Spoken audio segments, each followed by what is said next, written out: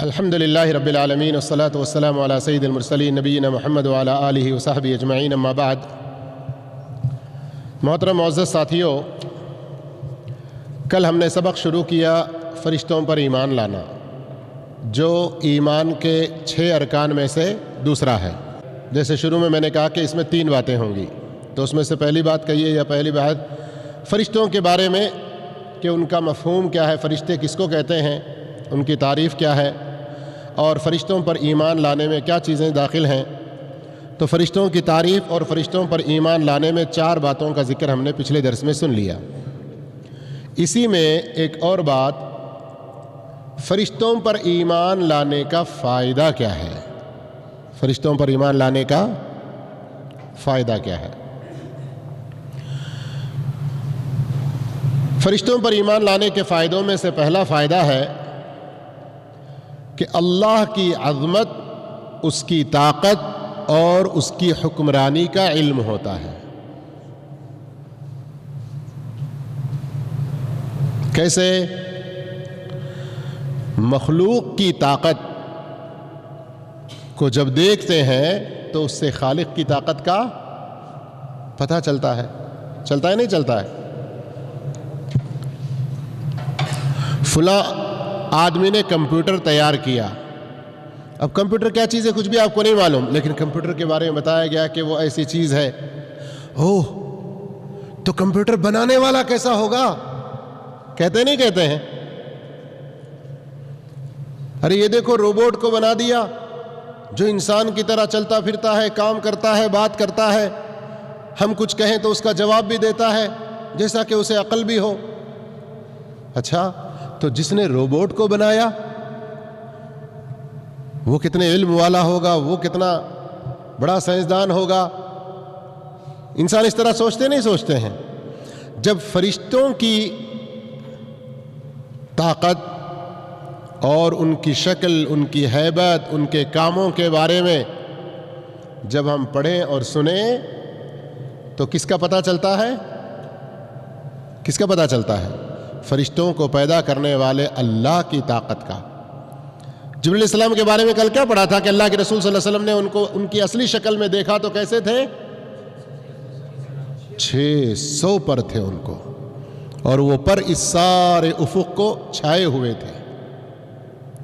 تو یہ ایک اللہ کی مخلوق جبریل امین اتنے عظیم، تو پھر اور مخلوقات اور اللہ رب العالمین جو ان کو بنانے والا ہے وہ کس قدر عظیم ہوگا۔ اس لیے جب کبھی اللہ اکبر کی آواز سنتے ہیں، کہاں سنتے ہیں؟ اذان میں سنتے ہیں، تو کیا بات سمجھ میں آتی ہے؟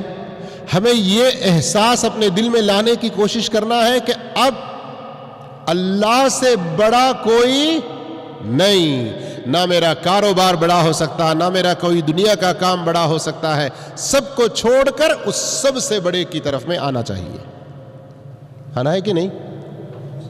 لیکن یہ سوچتے ہیں ہم، ادھر اذان ہوتی رہتی ہے، ادھر فلم ہم کو بہت زیادہ پسند ہے، ادھر اذان ہوتی رہتی ہے، نہیں مجھے ڈیوٹی بہت زیادہ ضروری ہے، ادھر اذان ہوتی رہتی ہے، کھانا پکانا ہمارے لیے بہت ضروری ہے، ادھر اذان ہوتی رہتی ہے، ارے اتنی جلدی اذان ہو گئی، اب یہ تو میرا ایک دم فیوریٹ بالر ہے، اس کی بالنگ مجھے دیکھ کر جانی چاہیے۔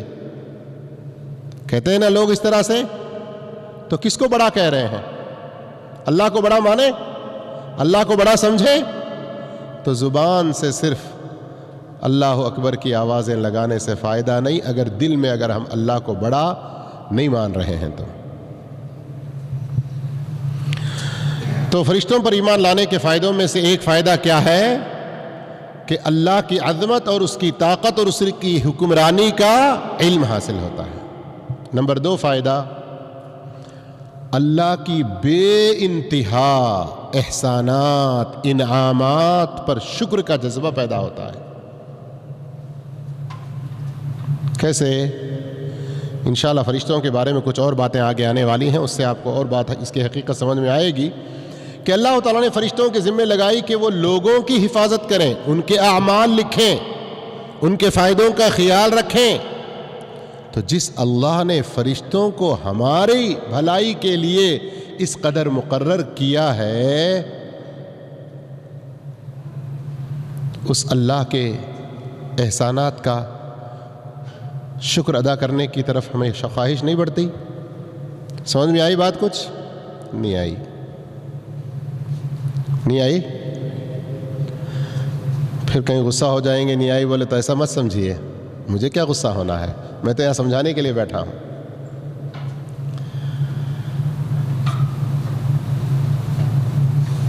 مارکیٹ، بیچ سینٹر مارکیٹ میں آپ کا کوئی دکان ہے اور ماسٹر پلاننگ آیا، آپ کی وہ دکان آدھی سے زیادہ یا تقریباً ساری کٹ جا رہی ہے۔ ہوتا ہے نا ہمارے ملکوں میں اس طرح؟ سعودی عرب کی طرح سے نہیں ہے کہ یہاں پر بلدیہ کی طرف سے، حکومت کی طرف سے پیسے ویسے مل جاتے ہوں، کسی اور جگہ جا کر ہم کوئی اپنا اور کاروبار کھول لیں۔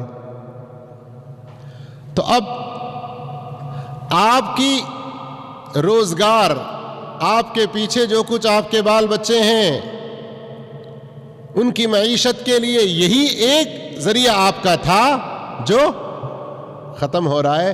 بڑے کسی ایم پی کو آپ نے پکڑا، بڑے کسی لیڈر کو آپ نے پکڑا اور اس نے کہا آپ بے فکر رہیں، میں آپ کا کام کرا دوں گا، نہیں آپ کی دکان آدھی نہیں جائے گی، میں اتنی کوئی راستہ نکالوں گا۔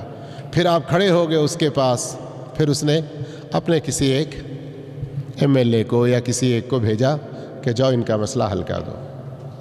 کتنی آپ کو اس ایم پی کی، اس لیڈر کی شکر گزاری کا جذبہ پیدا ہوگا آپ میں؟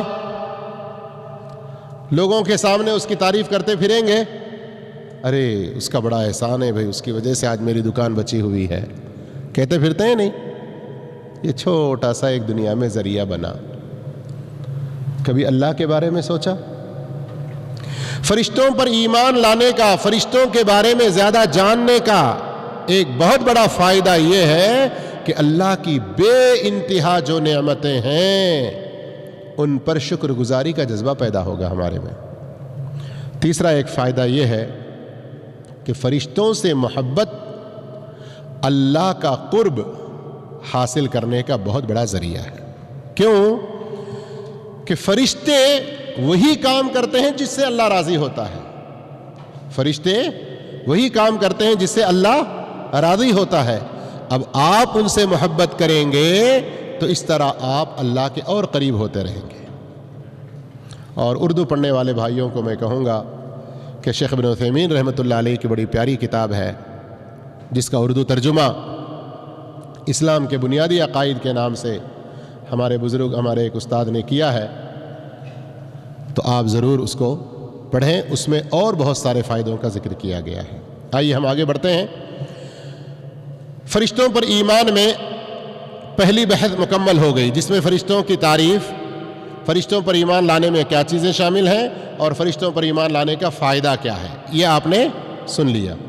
اب آگے بڑھتے ہیں، دوسری بحث، دوسرا سبق اس کے اندر فرشتوں پر ایمان لانے میں وہ ہے کہ فرشتوں کا اپنا ایک وجود ہے، ماننا انتہائی ضروری ہے۔ کل مختصر بات اس کے بارے میں ہوئی تھی نا اپنی، لیکن آج تھوڑا سا اور دلیل کے ساتھ میں اس پر گفتگو کریں گے، اس لیے کہ مؤلف رحمہ اللہ نے اس مسئلے کو بڑی اہمیت کے ساتھ ذکر فرمایا۔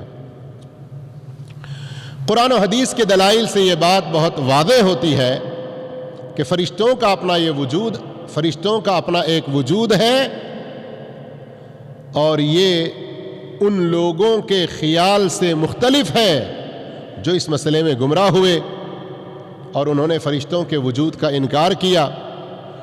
بلکہ ان کا یہ خیال ہے، جیسے میں نے کل بھی ذکر کیا، کہ انسان کے اندر جو بھلائی چھپی ہوئی ہے وہی اسی کا نام، اسی قوت کا نام فرشتہ ہے۔ اور یہ دعویٰ اللہ تعالیٰ کے، اللہ کے رسول کے سراسر خلاف ہے، اجماع امت کے خلاف ہے۔ اس لیے کہ اللہ رب العالمین نے سورہ فاطر کی پہلی آیت، سورہ فاطر کی پہلی آیت میں فرمایا الحمدللہ فاطر السماوات والارض جاعل الملائکۃ رسلا اولی اجنحۃ مثنی وثلاث ورباع۔ تمام تعریفیں اس اللہ کے لیے ہیں جو ابتداءً آسمانوں اور زمین کا پیدا کرنے والا ہے اور 2-2 3-3 4-4 پروں والے فرشتوں کو اپنا پیغمبر اور رسول بنایا. رسول انسانوں میں سے بھی ہیں، فرشتوں میں سے بھی ہیں. فرشتوں میں سے جو رسول ہیں ان کا کیا مطلب؟ وہ اللہ اور انبیاء کے بیچ میں پیغام دینے کا، پہنچانے کا کام کرتے ہیں. تو یہاں اس آیت کے اندر ہمیں بات کیا معلوم ہوئی کہ اللہ نے فرشتوں کو پیدا کیا. کچھ فرشتے 2-2 پر والے ہیں، کچھ فرشتے 3-3 پر والے ہیں، کچھ فرشتے 4-4 پر والے ہیں اور کچھ فرشتے اس سے زیادہ پر والے ہیں.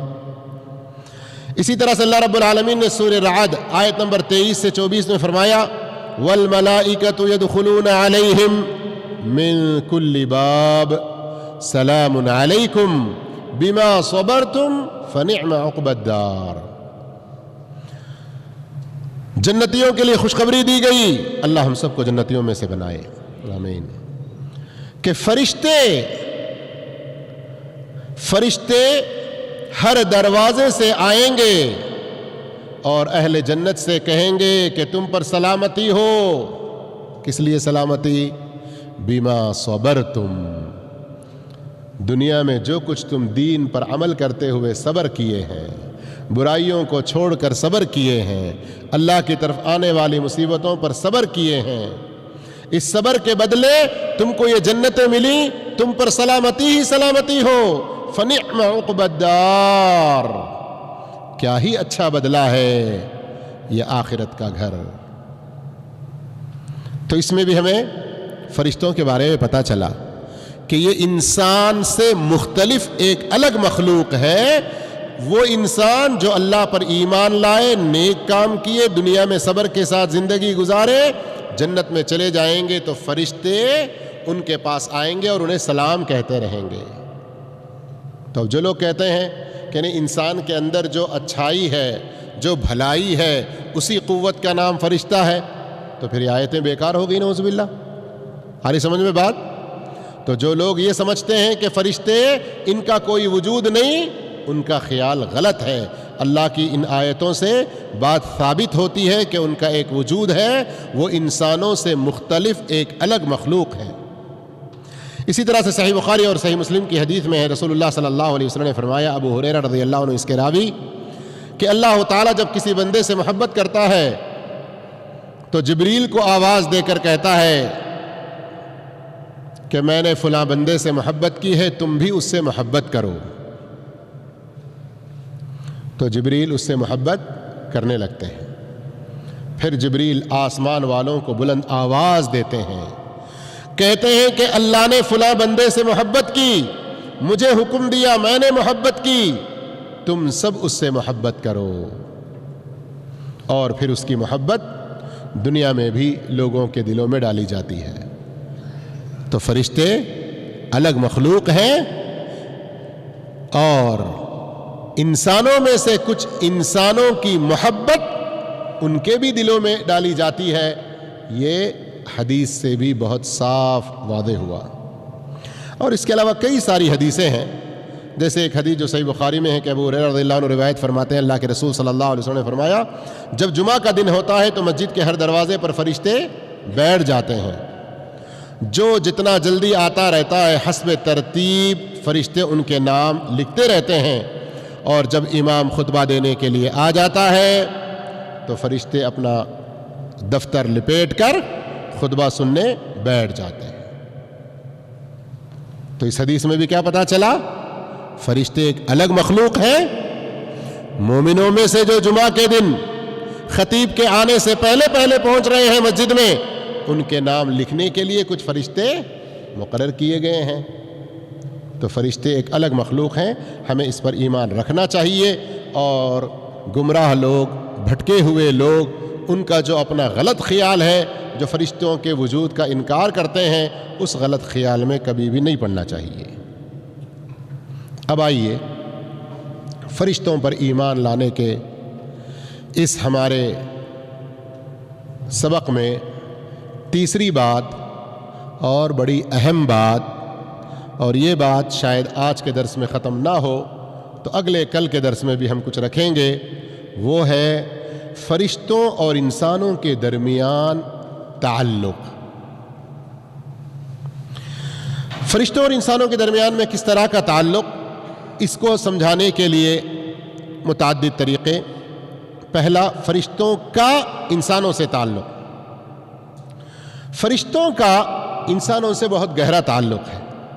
اس تعلق کی کیا کیا شکل ہے، ہم پھر اس کو الگ الگ انداز میں بیان کرتے ہیں۔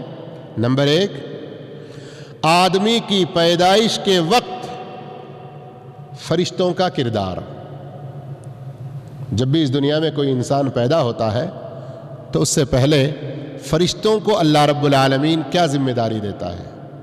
اس سلسلے میں صحیح بخاری اور صحیح مسلم کی حدیث ہے، عبداللہ ابن مسعود رضی اللہ عنہ بیان کرتے ہیں، اللہ کے نبی صلی اللہ علیہ وسلم نے فرمایا، ان احدکم یجمع خلقہ فی بطن امہ 40 یوما، تم میں سے ہر ایک کو ماں کے پیٹ میں 40 دن تک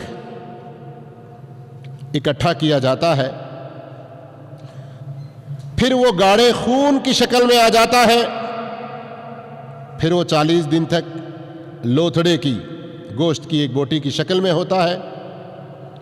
اس طرح کل 340 یعنی 120 دن یعنی 4 مہینے پورے ہوتے ہیں۔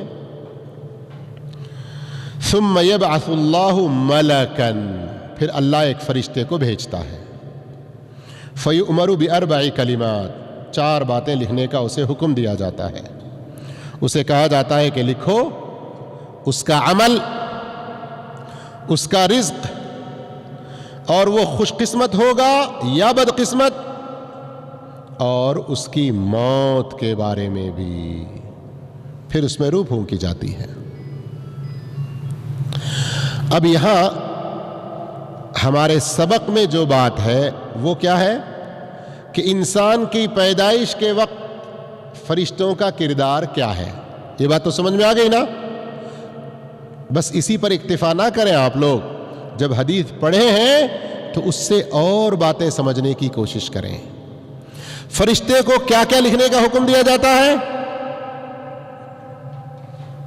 بھول گئے اتنی جلدی؟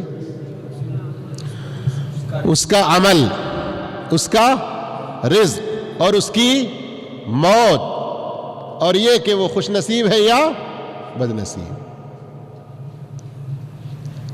یہ باتیں 4 اچھی طرح سے یاد رکھیں، ایک بھی نہ بھولیں۔ بھولیں گے کیا کیا دہرائیں پھر ایک بار؟ اس کا عمل، اس کا رزق، اس کی موت، اور وہ خوش نصیب ہے یا بد نصیب۔ کیوں میں دہرا رہا ہوں؟ کیوں چاہتا ہوں کہ آپ اس کو یاد کریں؟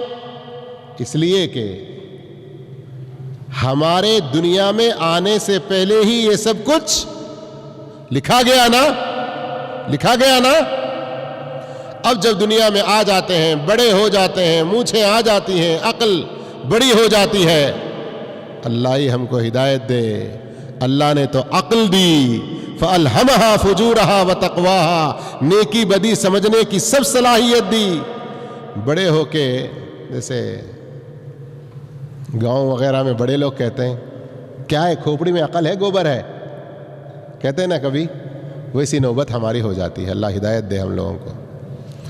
جب کوئی انسان بے ایمانی کی طرف، کفر کی طرف، بے نمازی کی طرف، غلط کاموں کی طرف جاتا ہے، اور کوئی اللہ کا بندہ، اللہ والا، دین والا آدمی اسے سمجھاتا ہے کہ یارو نماز پڑھو، کیوں اتنی بری زندگی گزار رہے ہو، چھوڑو نا یہ بدماشوں کی اور غلط لوگوں کی جیسی زندگی نہ گزارو، نیک بنو، ارے جاؤ جاؤ جاؤ، میرے مقدر میں ہوگا تو میں بن جاؤں گا، کہتا ہے نا، کہتا ہے نا۔ اگر اس سے کہا جائے ارے صبح سویرے کہاں نکلے آپ؟ بھائی ڈیوٹی پہ جا رہا ہوں، کام کے لیے جا رہا ہوں۔ ارے چھوڑو نا، گھر بیٹھو، اگر مقدر میں لکھا ہوگا تو نوالا منہ میں آ جائے گا۔ تو وہی کیا کہے گا؟ پاگل ہے، محنت کرو گے تو پھر کچھ ملے گا نا۔ جواب دیتا ہے نا اس طرح سے۔ اپنی آخرت بنانے کے بارے میں کسی نصیحت کو قبول نہیں کرتا، کہتا ہے کہ مقدر میں جو لکھا ہے وہ ہوگا، اللہ چاہے گا مجھے توفیق دے گا۔ اور اپنی روزی کے بارے میں خود کتنی محنت کر رہا ہے. بیمار ہو گیا فوراً ہسپتالوں کی طرف دوڑتا ہے, ڈاکٹروں سے منت سماجت کرتا ہے, جو بھی ہے ہم خرچ کریں گے, بس بچا لینا ان کو. کہتے ہیں نا بھائی رکھو, کتنا بھی بیمار ہو, موت آئے گی تو مرے گا, نہیں تو نہیں مرے گا. یہاں بات کو ذرا سمجھنے کی کوشش کریں. ہم یہ نہیں کریں کہ کمانے کے لیے نہ جائیں, بیماری میں ہسپتال کی طرف نہ جائیں, شرعی اور جائز دوا جو کرنا ہے وہ نہ کریں, ہم یہ نہیں کہہ رہے ہیں. لیکن جیسے اس کے لیے اپنی عقل استعمال کر رہے ہیں, اچھائی کی طرف آگے بڑھ رہے ہیں, اپنی آخرت بنانے کے لیے جس اچھائی کی ضرورت ہے, جس ایمان کی, جس نیک عمل کی, نماز کی, روزے کی, اچھے اخلاق کی, ماں باپ کی خدمت کی, ماں باپ کے ساتھ حسن سلوک کی, اس کی طرف بھی تو آگے بڑھو. سارا کچھ لکھا گیا تمہارے ماں کے پیٹ میں جب تم تھے, لیکن دنیا میں آنے کے بعد محنت ہم کو ہی کرنا ہے, اچھائی کی طرف ہمیں ہی آگے بڑھنا ہے, برائی سے نقصان سے بچنے کا جو کچھ بھی سادھن سبب ذریعہ ہے وہ بھی ہمیں ہی اختیار کرنا ہے. آئی سمجھ میں بات؟ تو میں چاہتا ہوں کہ اصل سبق کے ساتھ ساتھ میں جب حدیثیں پڑھنے لگے تو اچھی طرح سے سمجھنے کی کوشش کریں. فرشتوں کا انسانوں کے ساتھ تعلق, اس سلسلے میں دوسری بات, فرشتے اولاد آدم کی حفاظت کرتے ہیں. اللہ اکبر. فرشتوں پر ایمان لانے کے فائدے میں یہ بات آئی تھی نا کہ ہمیں اللہ کا شکر کتنا ادا کرنا چاہیے. سورہ رعد آیت نمبر 10 اور 11 میں اللہ نے فرمایا, سواء منکم من اسر القول ومن جہر به ومن هو مستخف باللیل وسارب بالنہار له معقبات من بین یدیہ ومن خلفہ یحفظونہ من امر اللہ. یحفظونہ, فرشتے اس کی حفاظت کرتے ہیں اللہ کے حکم سے. تو اللہ رب العالمین کی ہمارے اوپر کتنی بڑی مہربانی ہے کہ اللہ رب العالمین نے ہماری حفاظت کے لیے کن کو رکھا ہوا ہے. آپ کو کسی دشمن کا خوف ہو تو کبھی کبھی جا کے پولیس اسٹیشن میں درخواست دیتے ہیں, اور کچھ ایک یا دو گارڈ آپ کے گھر پہ ہوتے ہیں نا, کبھی ایسے حالات ہوتے ہیں نا کسی کے ساتھ, تو اب آپ ذرا سکون سے رہتے ہیں کہ نہیں رہتے ہیں؟ حکومت یا پولیس اسٹیشن یا جو بھی جنہوں نے بھی آپ کو پروٹیکشن دیا, سیفٹی دی, ان کے شکریہ کا جذبہ آپ کے اندر ہوتا ہے نہیں ہوتا ہے؟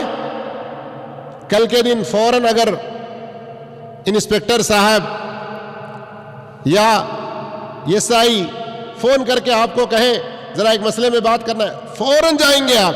کیوں؟ ارے اس کے میرے اوپر احسانات ہیں. کہیں گے نہیں جائیں گے؟ وہ کہیں کہ آپ کے لیے 24 گھنٹے ہم نے انتظام کر دیا ہے, فلاں کام آپ کو کرنا ہے, تو فوراً کرنے کو تیار ہوتے نہیں ہوتے ہیں. لیکن اللہ کے کیا احکامات ہم پورے کر رہے ہیں, اللہ کا کتنا شکریہ ہم پریکٹیکل طور پر, عملی طور پر بجا رہے ہیں. ذرا غور کریں, اللہ نے ہمارے ساتھ کتنا بڑا احسان کیا ہے, ہماری حفاظت کے لیے فرشتوں کو مقرر کیا ہے. تو یہاں بھی دو باتیں سمجھ میں آئی نہیں. ایک تو یہ سمجھ میں آئی کہ فرشتوں کا انسانوں سے کیسا تعلق ہے کہ وہ حفاظت کرتے ہیں. ایک تو علم ہو گیا, اب اس علم کا کچھ حاصل ہونا چاہیے نا. کیا ہے کہ آپ کے اندر شکر کا جذبہ پیدا ہو, اللہ کی اطاعت و فرما برداری میں آگے بڑھیں. تیسری شکل اس کی, فرشتے اللہ کی طرف سے انسانوں میں سے اللہ جن کو چن لیتا ہے, یعنی انبیاء اور رسول, ان کی طرف پیغمبر بنا کر بھیجتا ہے. یعنی اللہ اور اللہ کے رسولوں کے بیچ میں فرشتے بھی پیغمبر ہوتے ہیں. اس بات کا ذکر سورہ بقرہ آیت نمبر 97 میں اللہ نے فرمایا, قل من كان عدوا لجبريل فإنه نزله على قلبك بإذن الله مصدقا لما بين يديه. اے نبی آپ کہہ دیجئے کہ جو جبریل کا دشمن ہو, جس نے آپ کے دل پر اللہ کے کلام کو اللہ کی اجازت سے اللہ کے اس وحی کو اتارا ہے. اور اسی طرح سے سورہ شعراء کے اندر بھی اللہ نے یہ بات بیان فرمائی, نزل به الروح الامین علی قلبک لتکون من المنذرین. میرے محترم معزز بھائیوں، یہ موضوع کہ فرشتوں کا انسانوں سے تعلق اور بھی ہے جو انشاءاللہ کل کے درس میں آئے گا۔ اللہ عز و جل ہم تمام کو یہ باتیں جو سن رہے ہیں اس کے مطابق ہمارا اپنا ایمان درست کرنے کی توفیق دے، اور ساتھ ہی ساتھ اللہ رب العالمین ہم تمام کو اچھا عمل اختیار کرنے کی توفیق دے۔